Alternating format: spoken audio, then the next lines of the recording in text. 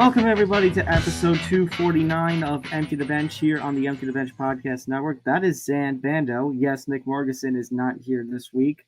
It is myself running the show. Your eyes are not fooling you. This is not MMA Outsiders, but Zan is with me once again. So, Zan, thank you for filling in. I think we had any time. We had an episode like this about a month or two ago.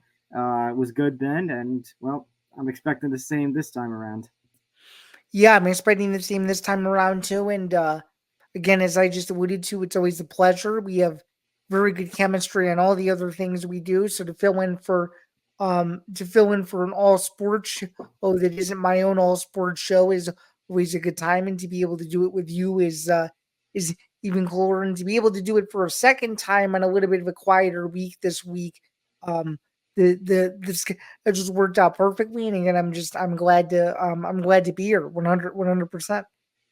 Obviously, you say it's a quieter week, but I would like to know your definition of quiet, because quite a few things happen this week. Meaning a quieter week in terms of all the other stuff I have to do. It feels like it's less heavy. Yeah. Fair enough. All right. Make sure you hit that like button. Make sure to subscribe. Hit that notification bell so you get notified of everything here at the Empty the Bench Network. Again, make sure to subscribe to the YouTube channel, youtube.com/ETB Network. Currently climbing up to the 900 subscriber mark, so that's pretty exciting. If you don't want to watch us or you can't watch us, make sure to take Empty the Bench on the road with you wherever you get your podcasts. Acast, Apple Podcasts, Spotify, Amazon, so much more. And, of course, do the inverse. If you are listening to the show, make sure to go back to our YouTube home at youtube.com/ETB Network. Don't forget to go to etbpodcast.com as well for more content, especially blogging content, now that the NFL season is here. And we have a lot of NFL content to get to, a lot of NFL stories coming out of week one, both on the field and off the field. So plenty to talk about. But before we do, just a quick reminder that Empty the Bench and everything here at the Empty the Bench Podcast Network is presented by Playback. Watching sports is more fun with others, but we spend too much of our time watching alone. Playback is a virtual space where communities can stream live sports together with everyone perfectly synced up.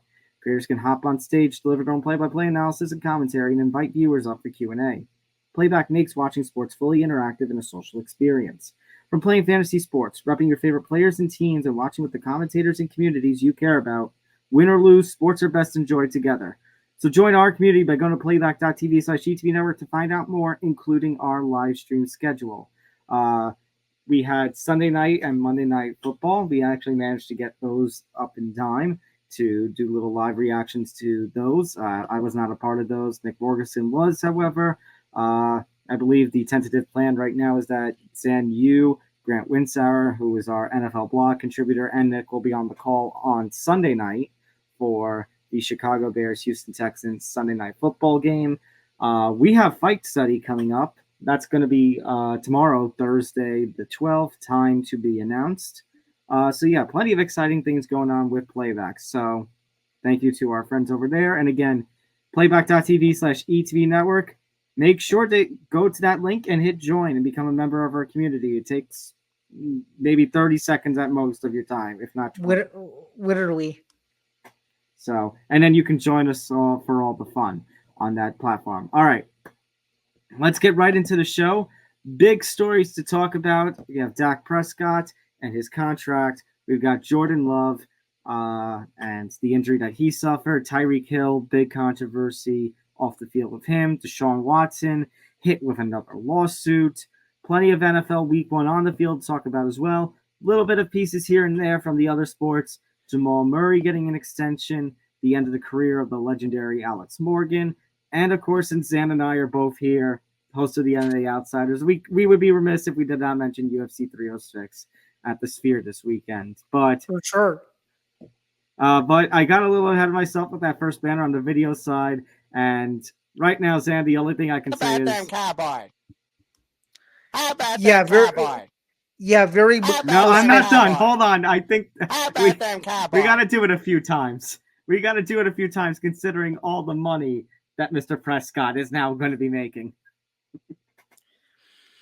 Yeah, for sure. And I guess I guess you can keep trolling me with that because you barely beat me in fantasy this past weekend. So I kind of deserve it a little bit. God Uh, damn it! Thank you, I was Jordan so Mason, for saving my I ass after I McCaffrey got I was so pissed when that game was over the other night. I'm like, you've got to be kidding me. Jordan I Mason. was I was beating you the whole weekend too. I know, and then McCaffrey got hurt, and if you saw, I dropped Warren and for Jordan Mason in like a Hail Mary kind of play, and it somehow worked. Unbelievable. But hey, that's the gripe of fantasy football. I'll do my Hey, best. we're technically the top two highest scoring teams. I know. And we're somehow 0-1 and still in the thick of things. Somehow. Speak for yourself. I'm 1-0. No, well, yeah, true. The point I was just gonna say it's only week 1, and somehow according to the leaderboard, I'm still alive, even though it felt like the air was just sucked out of my team completely. Unbelievable. Well, Which, let's talk by the about way, this. speaking of the Cowboys, they were one of my 10 picks that I got correct against the spread, and one of my 12 picks that I got right straight up. So I'm very happy that Dallas got this done because without Dak Prescott, it might have been a bad day in Cleveland. So For sure. But let's talk about this. So last week when I was on with Nick Morgasen and we were talking about the CD Lamb contract, I had a thought about, okay, what does this mean then for the other wide receivers and what this means for Dak Prescott? And if Jerry Jones, the Cowboys, and Dak Prescott were going to go into any sort of negotiations or if they were just going to play the season out. We had Jerry Jones kind of shut down a question from the media about Dak Prescott's contract very recently. But yeah, turns out there was negotiations behind the scenes, and now it turns out both guys have bags, and both will be with the Cowboys for the foreseeable future. With Prescott getting a 4-year, $240 million extension, and Zan, once again, the game of hot potato. I call it the game of hot potato for highest paid player in NFL history. It now goes over to Dak Prescott. yeah, it now goes over to Dak Prescott in a major way, and good for him. He's the face of the Cowboys franchise. I don't think he was overpaid per se. I think when he's healthy, he's one of the best quarterbacks in football. And I'm not even a Cowboys fan, but even I agree with this number in the sense that he deserves it. He works extremely hard. He's a guy that's slowly but surely learning how to win the big games. And to me, I don't really know him personally, but to me, he seems like the kind of guy that fully doesn't fully complain about stuff. So it's just good to see that Dallas was able to get something done and that they believe in their guy at least for the next 4 years. So yeah, my thought is, I guess Jerry was seeing everything that was going on this season. He's like, "No, I love you, CD, and I love you too, Dak." And he fully believes that this team can really win the Super Bowl. And it just goes back.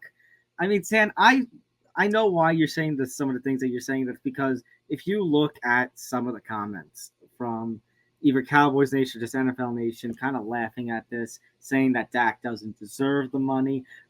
There's one particular sports television personality who's no longer on the air right now, considering his show has been scrapped by FS1, who's really whining and crying and complaining, which I love. Because of course he is, and because he has nothing better to do with himself right now. That's probably why. So yeah, but he's whining and crying, complaining about everything. But look, Dak Prescott, like you said, is not that bad of a quarterback. And when CD Lamb is there, there's no question that his abilities rise. So it's great for all parties involved that they all stay together. And I know his complaint and other people complain with, oh, because Dak Prescott can't ever win the big one, and his team can't ever win the playoffs. Yeah, what's been the story of the Cowboys for the last, 20 years, even before Dak Prescott got involved? They can't make it to the Super Bowl. It's simple as that. Right, but at the same time, that's not all on Dak Prescott. That's been the Cowboys story. Right, for sure. I mean, I think it's just indicative of the franchise as a whole. Right. And it's not Dak Prescott. And this is what I was going to go on about with Jerry Jones. I've already talked about it before. I talked about it on our NFL preview show, and I've talked about it on the last few editions of ETB Sports here.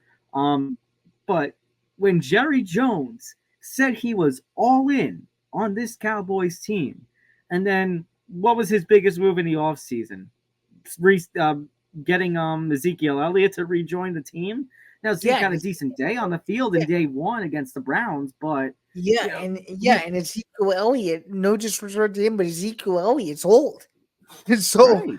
I mean, is he really of the same usage that he was a couple years ago? I would say no, personally. No, and that's the thing. He looked fine on when it comes to week one against the Browns, but you look at this team and you're like, really? Is this team really built for the Super Bowl? I mean, if you look at the division,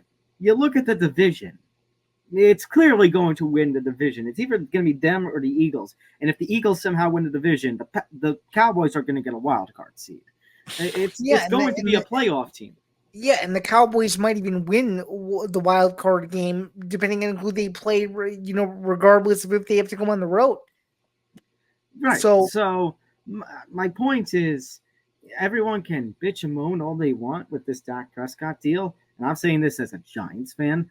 And you know how much I really love the Cowboys and love Dak Prescott. But Dak is not that bad of a quarterback. And everything on this team and its failures and such do not exclusively fall on him. I didn't know that Dak Prescott could also make up for all of the defensive holes that are now there on the team after losing all those pieces in the offseason. No, I didn't think so either. So, and the thing about week one is I'm still high on the Browns, but obviously the Deshaun Watson did not play well, and we'll talk about Deshaun Watson in a little bit. But, I mean, good on Dak. He gets his bag. And really, if the Cowboys were not going to offer him this kind of money, I guarantee you there would have been a team in the offseason that would have done so. Teams get desperate when it comes to quarterbacks flying onto the market. And Dak Prescott, given his accomplishments on the field, some team would have been willing to pay up, especially in the case of, any of these teams where quarterback becomes a big question mark after the season. Oh, 100%. So, I mean, good on Dak. And how about them Cowboys? Mm-hmm. So, we'll see what happens with Dak Prescott and the Cowboys as the season progresses. Talking about some of the on-field action, talking about another quarterback, probably the biggest story coming out of Week 1, Sam, in my opinion, is the second to last play of the Eagles-Packers game that took place in Brazil on Friday night. Jordan Love getting clobbered by Jalen Carter, going down in a heap of pain, and it looked really, really bad. He was really shaken up. He was rolling on the ground in pain. He was helped up, led off the field for the last play. I cannot believe, but somehow he only managed a sprained MCL. There was no ACL damage, which completely shocked me. I thought for certain it looked the way he was acting, the way he was reacting, and he was rolling all over the ground. I said, "Oh my God, the Packer season just ended here." But somehow he's only out for 4 to 6 weeks. The question at this point, however, is what are the Packers going to do over the next 4 to 6 weeks? They have Malik Willis, who was quarterbacking in, I believe, Tennessee before this. Supposedly, speaking of Tennessee quarterbacks, the team has somehow, according to reports, been in contact as of late with good old Ryan Tannehill to potentially lead this team for the time that Jordan Love is going to be out. I don't know, Zan. I mean, where do you go from here if you're Green Bay? I mean, you just got to hope for the best. You got to hope that the backup quarterback plays well, and you got to hope your defense can make a couple big plays the next few weeks to keep you in games, because the backup quarterback for the Packers in recent years, maybe outside of Matt Flynn, has not been Green Bay's strong suit, to say the least. So I mean, definitely. No disrespect to Malik Willis, but going from Jordan Love to Malik Willis is definitely quite a bit of a downgrade. yeah, it's a downgrade for sure. But a positive thing for the Packers is that they're playing a Colts team that's still underrated. In a sense to where if Green Bay can make a few plays at the end of the game, they might actually win. So Actually, that's a good thought. Let's actually have a look at the Packers' schedule over the next coming weeks because it's going to be 4 to 6 weeks. So let's see what games they're going to be without Jordan Love. You mentioned the Colts.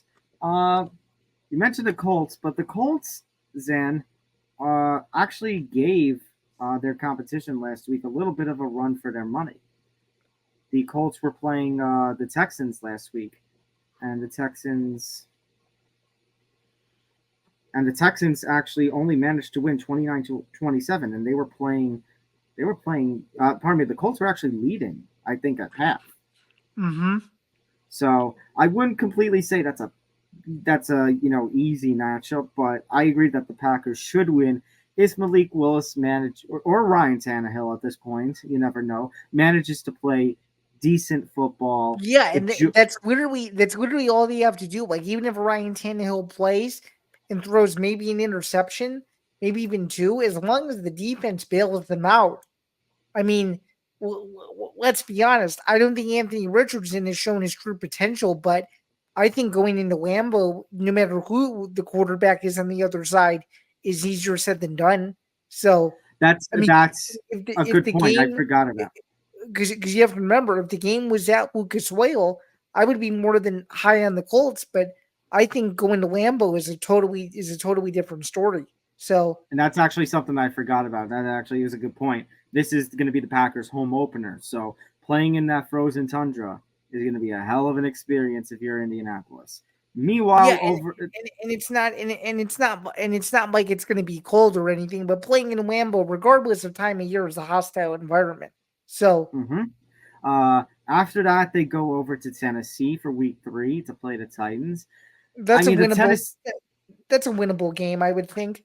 When if the that's Bears could winnable. score 24 unanswered points with a rookie quarterback and have it all be on defense, I think Tennessee's very beatable. And I don't think I don't think I don't think Tennessee's offense is really anything that's special, considering that they no longer have Derrick Henry and considering that their quarterback is average at best. So Uh, then they have Minnesota, who, I mean, Sam Darnold managed to actually put up a good game, but that was against the Giants. This is going to be a completely different story. Plus, back over in Lambeau. yeah, I was going to say if the game was in Minnesota, I may look at this a little differently. But given that it's at home for the Packers, um, that could also be another game where it's an easier part of a manageable stretch, if you will. Week 5 might present a little bit of a challenge going over to Los Angeles to play the Rams. That might be the most challenging game of this stretch because Week 6 they're actually playing Arizona at Lambeau Field. Now, the big story and the big question about this timeline, are they going to get them back by Week 7? Because Week 7, they're at home still, but they're playing Houston. That seems likely if the timeline's 4 to 6 weeks and its recovery goes the way insiders think it will. I would say. Yeah. What do you think? I would think as long as whoever the backup quarterback, Malik Willis, or they signed Ryan Tannehill, managed to play decent football, and Jaden Reed manages to continue to have like a decent performances, if not another big game. Plus, still have Romeo Dubs. They still have Christian Watson. As long as they continue to utilize those young pass catchers that Green Bay has, plus Green Bay having Josh Jacobs now, still a plus. They weren't able to afford Aaron Jones anymore, but they've got Josh Jacobs now. I think the offense can still maintain themselves over the next few weeks, but they need to get Jordan Love back for that Houston game. Because after Houston, you've got Jacksonville in Florida, and then you have a home game against a really tough and a really determined Lions team, and before the bye week. So not having him for September, not really a big loss. But once you get to that mid-October point, that's when you got to hope, like you said, the recovery goes well, exactly to the timeline that it should, and you got to hope at that point Green Bay has managed to surface the water enough that they're still in things. For sure. And I think the most interesting part about it is, you're not playing the Bears or you're not playing Detroit yet.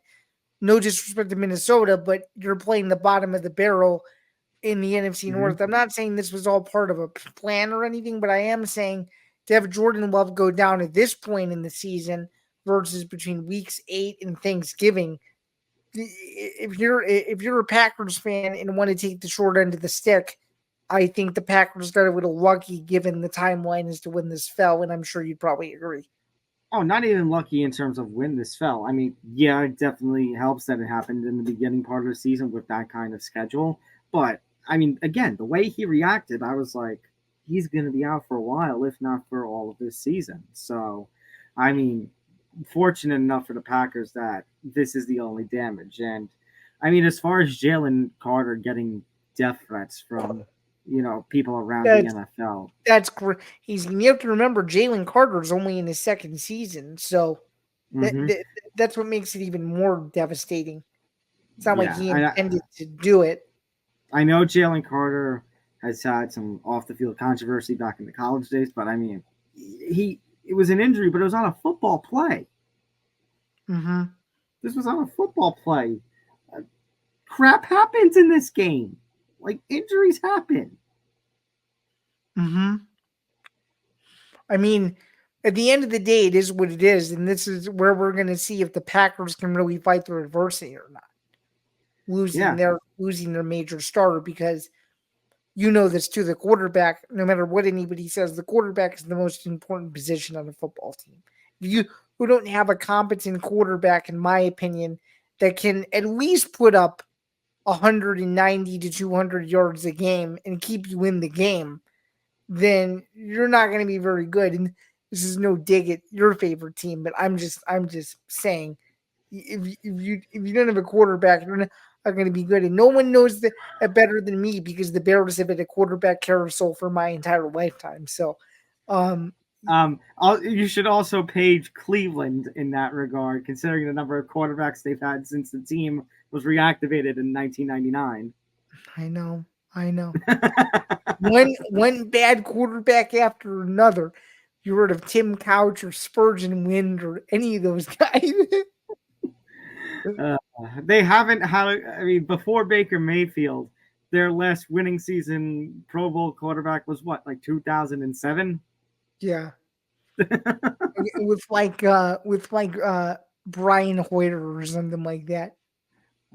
I always remembered who the 2007 quarterback was with the Browns, because I think the Browns went like 10-6 in that season, just missed the playoffs. Oh, Derek Anderson. Oh, that's unbelievable. That's right. That's the year that they won 10 games but didn't make the playoffs. Yeah, that's right. And Derek Anderson went to the Pro Bowl. It's unbelievable. Even Johnny Manziel didn't work out. Yeah, which is the Johnny same guy Football. which is the same guy that another TV personality, the same one that you referenced earlier in this episode, said on camera that Johnny Manziel would be a bigger star in Cleveland than LeBron James. If that isn't one of the worst sports takes of all time, I don't know what is. That, how that freezing cold takes account? I feel like that needs to be pinned somewhere. That take needs to be put on a plaque in a Hall of Shame somewhere. Yeah, that needs to be put in the Hall of Fame as one of the worst sports takes of all time. Like, dear God. And yes, don't remind me of how bad Daniel Jones performed this week. How bad this whole entire Giants team seemed to play this week. It reminded me of the meme or the video of that one guy. You probably know what I'm talking about. The one guy who's sitting there watching the draft, and the Giants announced Daniel Jones out of Duke, and the guy goes, "Duke? They're not even a football program. What are we doing?" Yeah. All right. Talk about a couple of unfortunately serious stories.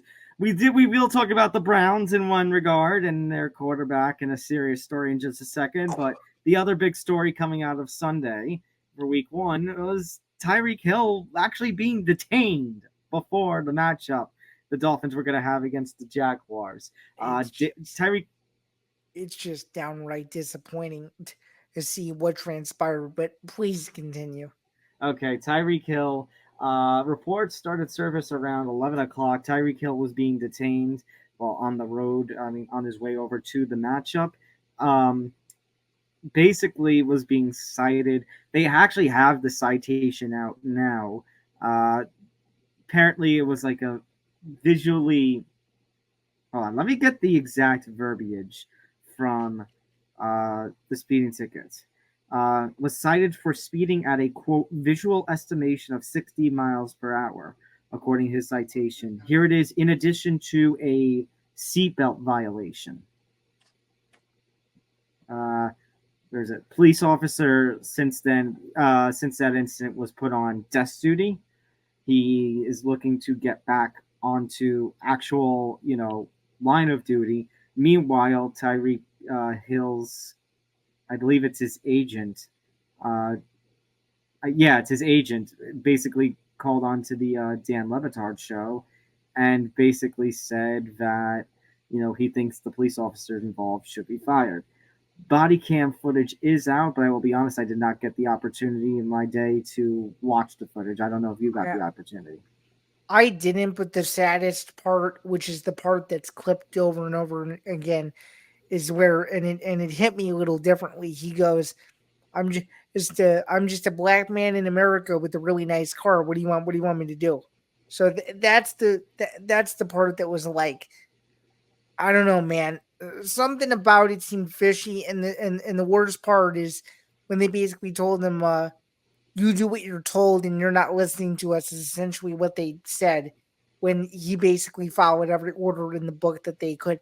The part that didn't make sense to me about the video, which I only saw bits and pieces of it, were the aggressiveness of the officers. To me, according to what I was reading, they did a few things that to me seemed very uncalled for, as if he was like a threat to their personal safety or something. And I know that Tyreek Hill has had his own run-ins with the law and has its own baggage, but it was like, I don't think he intended to do it on purpose or to cause any type of malice or anything like that. And something that I want to piggyback off to the contrary of a little bit is I have to kudo the Miami Dolphins PR team, because they acted swiftly with this whole thing.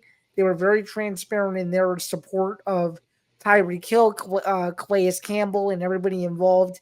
And it was just devastating that they even had to take that step. But for them to do that instead of say nothing about it really shows like where they stand as an organization, which I think in the mess of this was probably a good thing, considering how the aftermath, because there's only so much that they can really do as an organization too. So right, there's only so much that they can do. I would have loved to have seen, like you said, the bits and pieces that I see only are the confrontation. I guess confrontation is the right word for it itself, not any sort of violation. I would have loved to have seen how Tyreek Hill was driving, to see what if it was a rightful pullover or not. Unfortunately, the question now is going to be, where, when, how, and ultimately if the league is going to get involved in any sort of way. Because we have seen, like Rashee Rice obviously had his controversy over in the NFL, over during this offseason, and as of this point, there is still no suspension listed about what's going on with him. We're going to talk about a certain Cleveland quarterback who has his own dirty history off the court. Off the field, and we'll talk about what's going on with that. I don't know. Do you see the league getting involved at this point? At the moment, I think it's too early to say. What do you think? I'm going to say it's too early to say as well, but I mean, did you see any sort of statement from the league? Because, like you said, I saw the statement for the Dolphins. give them credit in how quick and swift they are to react. I mean, I don't know if this is a situation commonly that we see sometimes, and hopefully you get what I mean, that the teams react, and so the league kind of just stands put. Like I think back to a couple. Yeah, I don't see anything from the NFL, but apparently there's a Washington Post column that was posted at the time that we're recording this was posted yesterday, where basically the question that I just posed to you, or the quote directly that Hill said, the title of the column from the Post is Tyreek Hill's unsettling question should bother us all. If that doesn't tell you the scope of the story, or potentially the motive that the police officers had with me saying the word, I don't know what does. So I don't know. I think that I think the whole thing is just devastating, to be quite honest with you. This is gonna unfortunately be a situation that's not gonna go away. No, I don't think so either. And considering the times we're in and the times that we're about to be in a couple of months, it's gonna get really tense. Yeah, and you were right. According to CBS Sports, as of a couple hours ago, Tuesday, at the time that we're recording this, Hill's agent did call for those officers to be fired. So yeah, I believe he called into the Dan Le Batard show. Mm-hmm. But yeah, I guess again, my point was sometimes, Zan, we saw it actually a couple of months ago when the Jared Duran situation happened over in Major League Baseball, and the team took the action and suspended him 2 games for the anti-gay remark towards a fan. When there's an organization like, say, the Dolphins, who are taking charge of everything, you kind of see the league take a step back and not react.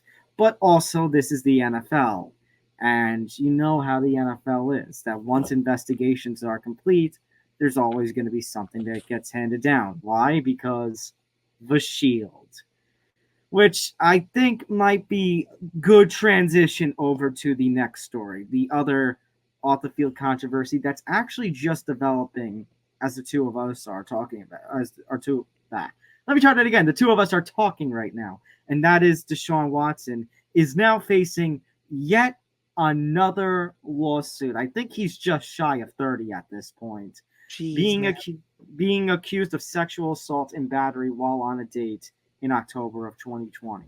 I think there was first off, who is going on a date in the middle of a freaking pandemic at the time? Like, what are we doing here? That's my first question. That is one question here. That is one question here. The other is, I'm trying to think, it's like 22 of the initial lawsuit. I think there were a couple more. It's gotta be shy of 30 at this point. Yeah, not only is it close to 30, the exact number, according to ESPN, is 24 since 2 summers ago. So 24 since 2. Actually, USA Today says 27. All but 3 others have been resolved with the undisclosed settlements from before. Of course, I think it was 2 seasons ago, Zan, we had that whole it was 2 seasons ago, that whole controversy with the third party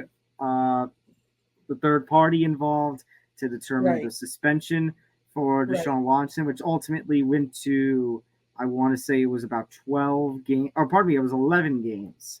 Ultimately, 11 game suspension. Yep. Which actually wasn't it reduced down?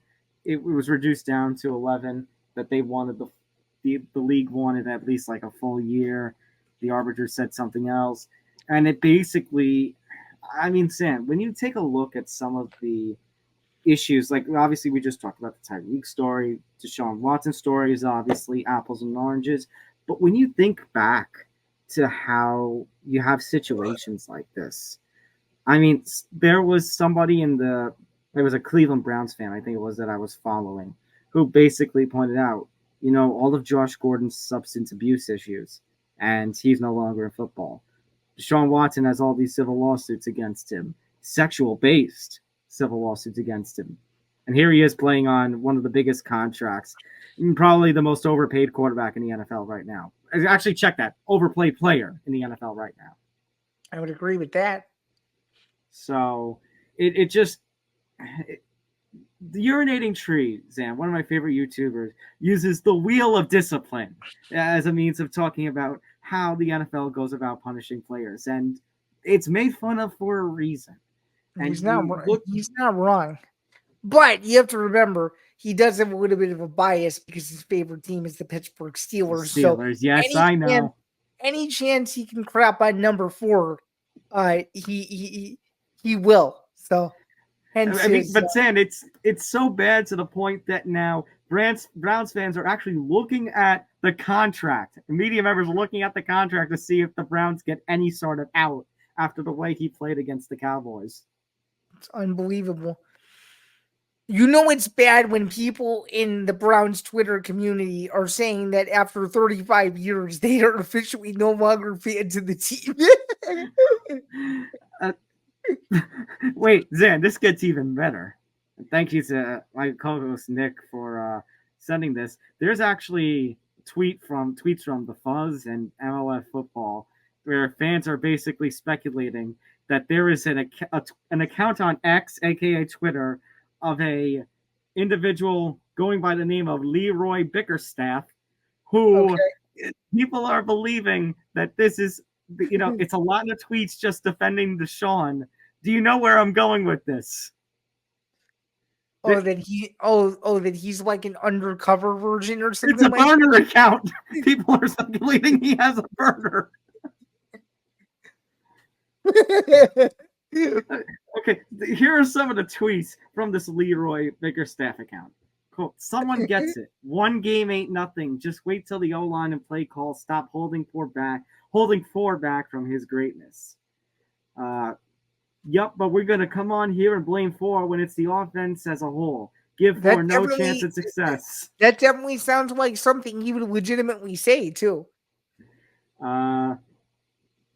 Apparently, it's a whole he actually responded, this Leroy Bickerstaff, responded to Dan Orlovsky, basically criticizing the Cleveland offense, saying, quote, come on, man, there's more to life than football. People go through shit off the field. But after one game, we're going to let the dude that ran through the back of the end zone tell us 4 not the answer. Man, come on. Actually taking a dig at Orlovsky. 4 got the respect of his teammates, and that's all that matters. Nobody cared what the fools on the app got to say about a man they don't know.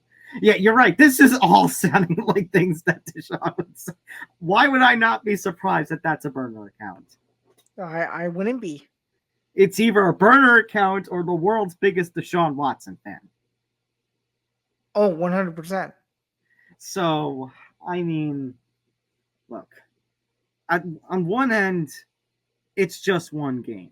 If we're going to talk about the on-the-field play, it's one game. Relax, Cleveland. And you're playing the Dallas Cowboys, who is probably going to be another playoff team. Relax. Right. On the other hand, I mean, what more is there to say about Deshaun Watson? Now, obviously, settlements were involved with most of the cases that have come his way, as we've noted. At the same time, I mean, come on, what more else can we say about the guy apparently off the field, that there is a level of uncomfortableness when it comes to him? And, you can say that these lawsuits are kind of frivolous, but I'm also of the opinion, considering we're at shy of 30. You know that expression, when there's smoke, there's fire? Yeah. That situation kind of applies here.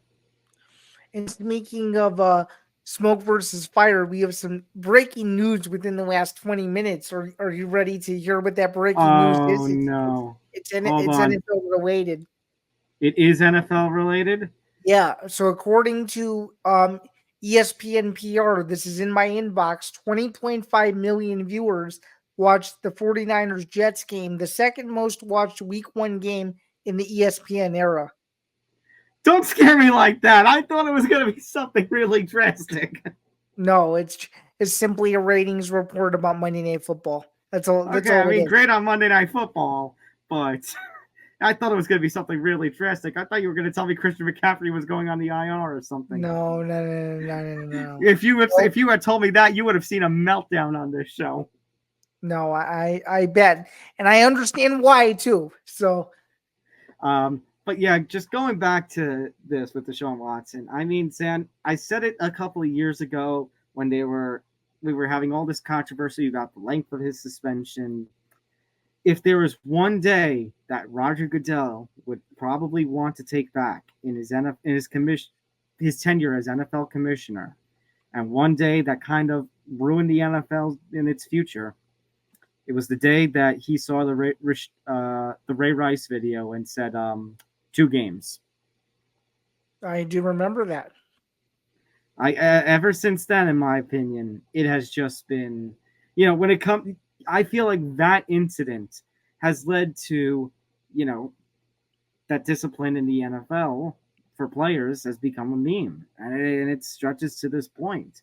And it feels like when the arbiter, came, and ultimately the settlement came on that 11 games for Deshaun Watson, despite everything, you go back, you pinpoint a day like that. Right. I mean, at this point, it is what it is, and the Browns are a dumpster fire. So this is just another stinger in the really bad history of the new Browns, where the old Browns, deep in some grave in the heart of the old what do you call it? Old burning axes, if you will, of Cleveland Municipal Stadium are laughing and rolling in their grave at the moment. You wonder if the Browns actually miss Joe Flacco now. They probably do. The eliteness of Joe Flacco. What other takeaways did you have from week 1 of the NFL season, Sam? Well, week 1 sucked. There was a lot of sloppy football. The Chargers won a game. Surprisingly, Denver found a new way to lose. Just remember, the ride never ends. The Giants uniforms were the ugliest uniforms I've ever seen. I hope they don't. I hope that was only because it was the first game of the 100th anniversary season, and they don't wear those again for home games in the future. Yeah. We don't need Friday night NFL football. That's for sure. But I understand the reason why they did it. It's because the Broadcasting Act restricts them starting in the second week of September, not the first week. So they were able to do that. So that was annoying. And then I guess some other noteworthy news in the NFL is the fact that you need 1 million streaming services to watch every game, and this is the new way to watch football. Every single week, you got to have a competent internet connection, and if you don't, you are SOL. I think the best game of the week, Sam, was the one we watched on Playback, the Thursday night kickoff stream with the Ravens and the Chiefs. I think so too. And for those of you who missed it, you missed out on a good time because we reacted to the toe literally simultaneously. We had our TV synced up, and it was a blast. So that was insane. It's good to see. Tom, I sort of went over my record with how I did. Tom, how did you do this week on NFL predictions? I'm curious. I don't feel like I did very well because I'll go over some of my takeaways. How the hell did the Steelers manage to beat the Falcons? I called that one. I said they would win, and they did. I was the lone wolf. I lost on my lock because the Dolphins only won by 3. The Dolphins offense played like crap for 3 quarters. But hey, thanks to yours truly over here, the Dolphins won on Survivor, so you're still alive this week. Let's go. There's my first ever Survivor win. I'll take it. Which, by the way, I already picked your week 2 team for you, but you can wait a minute. I haven't made my lock. Wait, I haven't even made my lock of the week yet. No, I already picked your week 2 team for you in Survivor. Who did you pick? I think I picked the Ravens for you against the Raiders. Okay, that's not bad. I'll have a look later on to see if I want to change it. Here's a bigger question, Sam. Okay. How the hell did the Bengals lose to the Patriots? Divine intervention, my friend. And the NFL being the most unpredictable sport on the planet because you just don't know. You have to remember 98% of all survivor pools were knocked out last week because of that prediction. So yeah, I apologize on that one. Everyone just completely shit the bed on this. Hey, no big deal. I'm still alive in 3 other ones, so we're all good. So don't worry.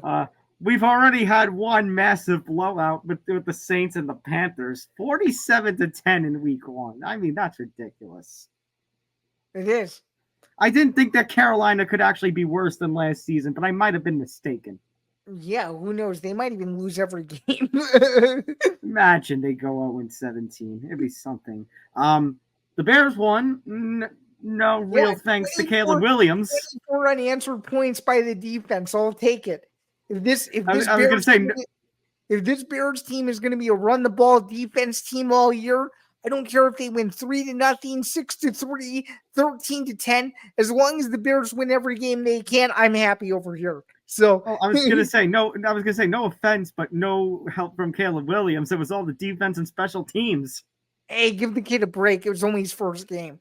I know. But hey, he did become the first quarterback since 2002 to win his first rookie start in week 1. So he did. The Lions playing the Rams to overtime and coming out on top. That was a fun Sunday Night Football. And not the fantasy league that we're in, but in another fantasy league, that David Montgomery touchdown won me the week. There you go. And then Monday Night Football. Look, I know Jets fans are unhappy, but listen to me. You played the defending NFC champions. You played the team that was a drive away from being the Super Bowl champions and a team that still ended running in the mix for a Super Bowl. So to only lose by 13 points? I know Aaron Rodgers may not have had the best game, but you guys played fine. It's week 1. Relax. Do you want to be that, or do you want to be the New York Giants, who still have not thrown a passing touchdown? They didn't throw a passing touchdown all preseason. They didn't throw one in week 1.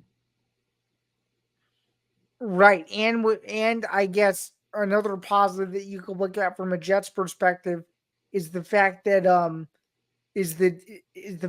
they play a Tennessee team that just looked terrible under Will Levis with the against the Bears last week. I think if Tennessee manages to beat the Jets, Nick Morgasen and Nick DiMartino should drink coffee with mayo in it. Yeah, that would be a downright dangerous punishment. But I don't know.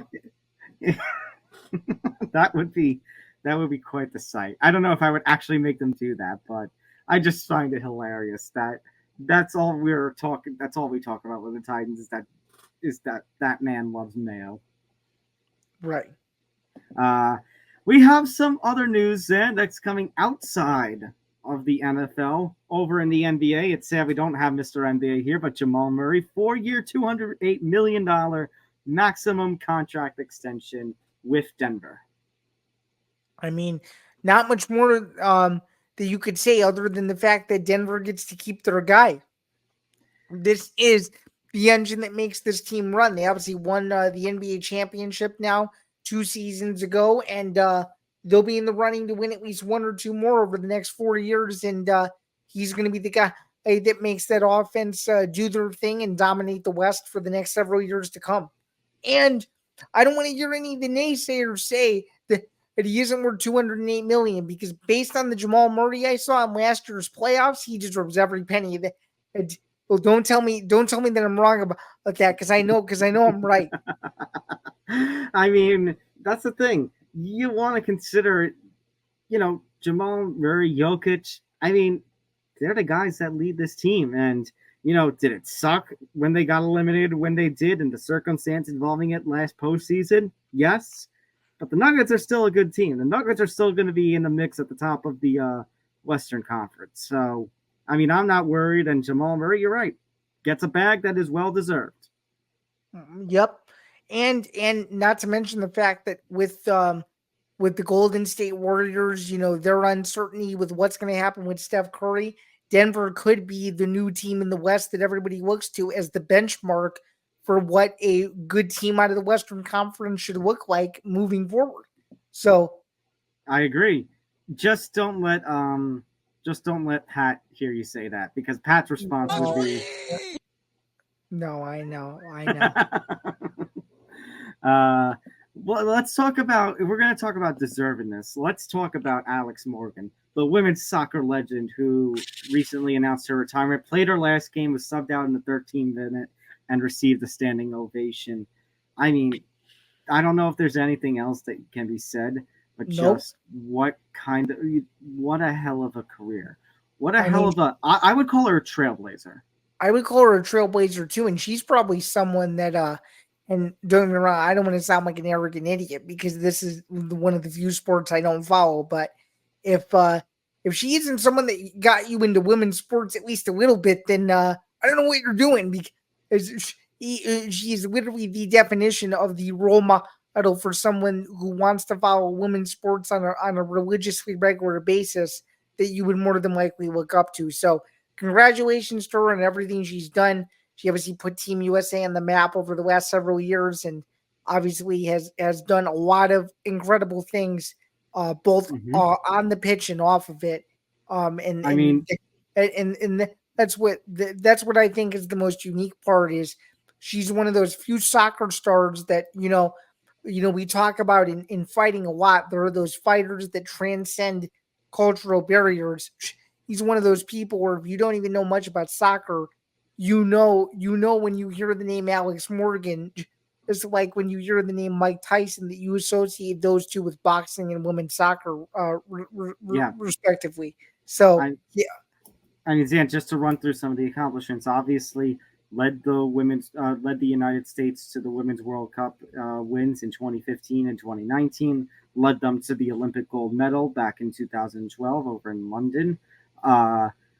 And she has so many individual accomplishments. At first, of course, starting at the FIFA Under 20 Women's World Cup level, ended up winning the ESPY Award for Best Female Athlete in 2019, breaking through, was considered like a breakthrough athlete in the early 2010s, actually won the U.S. Soccer Athlete of the Year twice in 2012 and 2018, was a finalist for the FIFA World Player of the Year in that 2012 season, was one of the best players in the NWSL, one of the best players of the year in women's soccer in the, what would you call? Oh, the CONCACAF. Is it pronounced the CONCACAF, the Confederation for North, Central America, and Caribbean Association? It's that conference that the U.S. that is a part of. Yes, that sounds right. Yep. Okay, CONCACAF. CONCACAF. I don't know how you pronounce its abbreviated form. My point is that you look at all those accomplishments that Alex Morgan had since bursting onto the scene, over a decade or so ago. And you look at her career stretching back to her youth, to her under 20 days. I don't know, Sam, there are just few athletes that transcend the sport, and basically Alex Morgan is one of those. You are not going to associate, this rise of women's sports and this rise specifically of the U.S. women's national soccer team over the last decade or so without thinking of Alex Morgan. Right. Well, I don't think there's any debate there. Very similarly to the way that that David Beckham and Lionel Messi and Cristiano Ronaldo transcended the men's side, she definitely transcended the women's side on a global appeal, 100%. So, absolutely. And now, just to close things out, obviously, Zan and I are going to throw a cheap plug in. We don't need the MMA Outsiders intro sequence because we're closing out the show, but UFC 306 in the Sphere this weekend. I'm really curious to see. I mean, it's the first, basically the first sports event with action. Let's put it, because obviously they had the NHL draft there. That's a totally different event. We're not talking about live sporting actions. So in terms of the first sports action event, Noche UFC 2 is certainly that. Yeah. Right. Noche, for those of you who aren't as deep into the MMA world, Noche UFC 2 is the alternate name to UFC 306. Specifically, it's being called Riyadh Season Noche UFC. Because why would we want a Mexican Independence Day weekend card sponsored by Riyadh Season in the Middle East? Yeah, and just to clarify on that, the reason, for those of you who don't know either, the reason why it's called Noche UFC 2 is because last year the UFC started this new tradition of holding an event on the same day as Mexican Independence Day. So this is the second iteration of it, except it's the first pay-per-view and it's the one and done Sphere card. So hopefully the UFC can patch the relationship up with MGM, but for now the Sphere gets the spotlight. And I gotta say, man, I'm really curious to see what this event is gonna look like. It's more than likely going to be one of the most unique events, not just in UFC history, but in combat sports history. And I'm just praying and hoping that over the next 72 to 84 hours or so, that nothing drastic happens. The press conference should be interesting with all of the participants up there at the same time. I'm very curious to see what it's going to look like, and with the whole acts and worlds and the themed fight kits and just everything around it just seems super cool. I mean, I'm curious. I want to know, Zan, from people inside the Sphere, what it's going to be like with the haptic seats, that when the punches and kicks are being landed, they're going to feel the vibrations in their seat. Yeah, I'm curious to see how that's going to work. And I'm also curious to see how the repackaging of the show works, because there was a tease the other day that they might repackage the main card only, order to show it in the Sphere. It's like a Sphere showing like during the day, on any day of the week for anybody who comes into town just to hang out in Vegas. So even if you can't go, which I'm one of those thousands of people who unfortunately can't, I'll be in town in a couple of weeks. But hopefully they'll be able to repackage it in a way to where no matter when you go at any point, you can see it for a small fee. Just to feel what the Sphere is going to be like, even if you're not there when it literally happens. And as someone who went to UFC 264, which was one of the biggest UFC events at the time, I'm sure this is going to be UFC 264 from how I remember it on steroids. So anybody who's going, cherish it. This is arguably the UFC's version of like a World Cup / Super Bowl in terms of production. And with all the energy and all the effort they put into it, Saturday can't come here fast enough. And I think there's more of a curiosity standpoint in my brain than there is an actual fight standpoint, because I know the fights will look good. It's going to be, how is the rest of it going to translate? That's going to be the big question. If you want our picks and predictions, go check out episode 98 of our flagship show, The MMA Outsiders. And of course, go check out my show for further analysis on the main and co-main event. That's Bando's Breakdowns episode 21, which also aired this week as well, which is going to be which was a very fun show, and I plugged his show as well as a major boxing event featuring Canelo Alvarez just down the street as well. So from a combat standpoint, we have that all locked down, and this is a weekend that I think you and I have had circled on the calendar for almost a year. So I'm looking forward to it. Also looking forward to seeing if the UFC decides to take this thing to Arizona and Texas for future editions in the years to come. So it'll be very interesting. Absolutely. All right. And perfect timing. We are just about out of time here on ETV Sports. Zan, thank you so much for this fill-in once again. It was an absolute blast.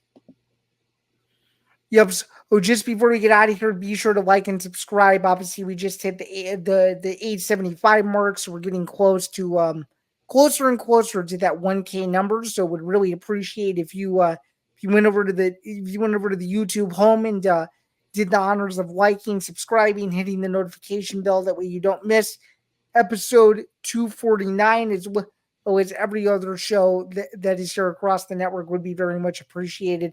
Again, you can get this show wherever you get your podcasts, whether that's Spotify, Apple Podcasts, YouTube Premium, and so much more. And again, you can follow the show on social media as it scrolls across the bottom at ETB Sports. You can follow myself at SamBander99. You can follow Tom to my left to Thomas J. Albano. So again, that's gonna go ahead. I was gonna say, just make sure like and follow at ETB Sports and ATV Network, Facebook, X, Instagram, and TikTok. And Zen, hopefully I get Nick back here next week. Hopefully everything works out, because next week is a very big week for ETV Sports. Episode 250. Yeah, you guys are 50 away from 300, and we're now going to be at one away officially from 100. So major milestones coming up, and it should be a blaster moving forward as the thick of the fall, if you will, is officially underway, as well as me turning 25 in about 8 or so days from the time this drops. So a lot of fun stuff to look forward to. So For sure. All right, for Zan, I'm Tom. We'll catch you next time on ETB Sports. Take care, everyone. have a good one.